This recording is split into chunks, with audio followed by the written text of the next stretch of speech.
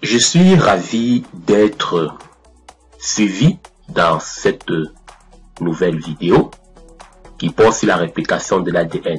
J'ai proposé dans une version antérieure une animation qui explique de façon succincte le phénomène. Mais certains d'entre vous aiment mes fameuses représentations progressives. Donc je vais faire pareil et je vais être plus sommaire afin que vous puissiez représenter le processus de la réplication de l'ADN. De façon schématique, je vais représenter les deux brins d'une molécule d'ADN, l'un rouge et l'autre bleu. Il ne sera pas question de faire la double hélice, mais de faire une représentation linéaire d'une portion d'ADN. À partir de là, nous allons mieux comprendre le processus de réplication. Les deux brins étant bien sûr stabilisés par les liaisons hydrogènes que je représente en noir. Je vais supposer que le premier brin est un enchaînement de nucléotides à adénine, à cytosine, à thymine et à guanine. Donc, AA, CCC, T, C, G, G, G, G, G. Je t'invite à revoir ton cahier concernant la signification de la notion de nucléotide. En tenant compte de la complémentarité entre les bases azotées des nucléotides, l'adénine est toujours liée à la thymine et la guanine est toujours liée à la cytosine. Donc nous aurons sur le brin complémentaire en bleu T, T, G, G, G, A, G, C, C, C, C et C. Alors comment tu vas représenter de façon schématique la réplication de l'ADN? Tout commence par l'ouverture de cette portion et cette ouverture est catalysée par une enzyme qu'on nomme hélicase. Donc l'ouverture sera telle que les liaisons hydrogènes seront brisées et il faut représenter tel que on voit qu'il y a ouverture.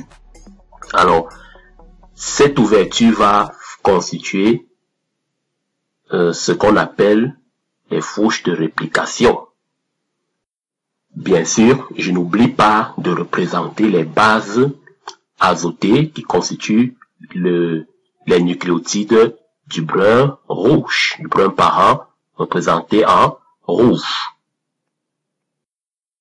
Bien, vu que l'ouverture se fait des deux côtés, nous avons deux fourches de réplication. Et comme j'ai dit tout à l'heure, cette ouverture est catalysée et facilitée par une molécule enzyme qu'on va appeler hélicase. Elle va alors ouvrir en réalité la double hélice d'ADN. Si tu reviens sur l'animation, tu pourras mieux appréhender le phénomène. Je rappelle que je te montre ici comment tu peux représenter de façon très sommaire la réplication de l'ADN pour que ça ne soit plus mystique à tes yeux.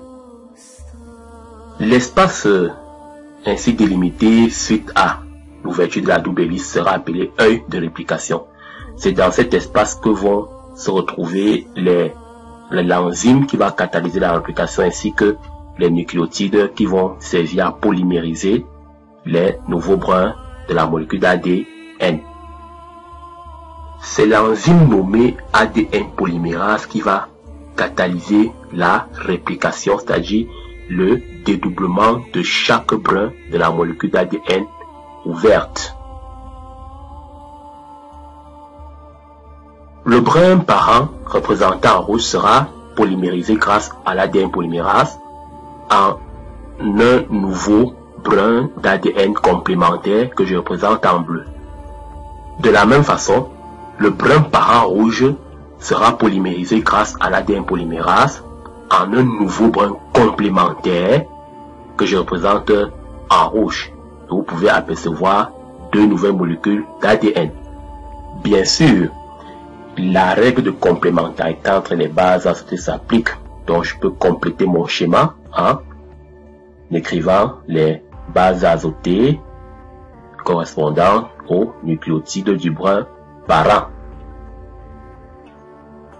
Je fais pareil pour le nouveau brin synthétisé représenté en rouge. Ainsi, au terme de la réplication, nous aurons deux nouvelles molécules d'ADN, bien sûr formées à partir de la molécule d'ADN parentale représentée en haut de façon linéaire. Très bien. Dans ton cahier, il est écrit que la réplication de l'ADN est semi-conservative. Ceci parce que la nouvelle molécule d'ADN synthétisée est formée par le brin parent et le brin néoformé ou le brin nouvellement synthétisé. C'est ça la justification de la réplication semi-conservative. Mais en réalité, la molécule d'ADN fille obtenue est identique à la molécule d'ADN parent. Bien, comme j'ai dit tout à l'heure, la réplication de l'ADN est semi-conservative. Et ce mode de réplication permet qu'une molécule d'ADN ou bien qu'une quantité initiale d'ADN soit en quelque sorte doublée. Donc on aura deux molécules d'ADN filles dont la quantité va correspondre au double de la quantité d'ADN initiale. Ainsi, la réplication permettra le partage égal de l'information génétique qui est l'ADN. Voilà, chers amis, nous sommes arrivés à la fin de cette capsule et je suis sûr que tu as compris comment on représente la réplication de l'ADN. Je t'invite à regarder l'animation pour mieux comprendre. À bientôt.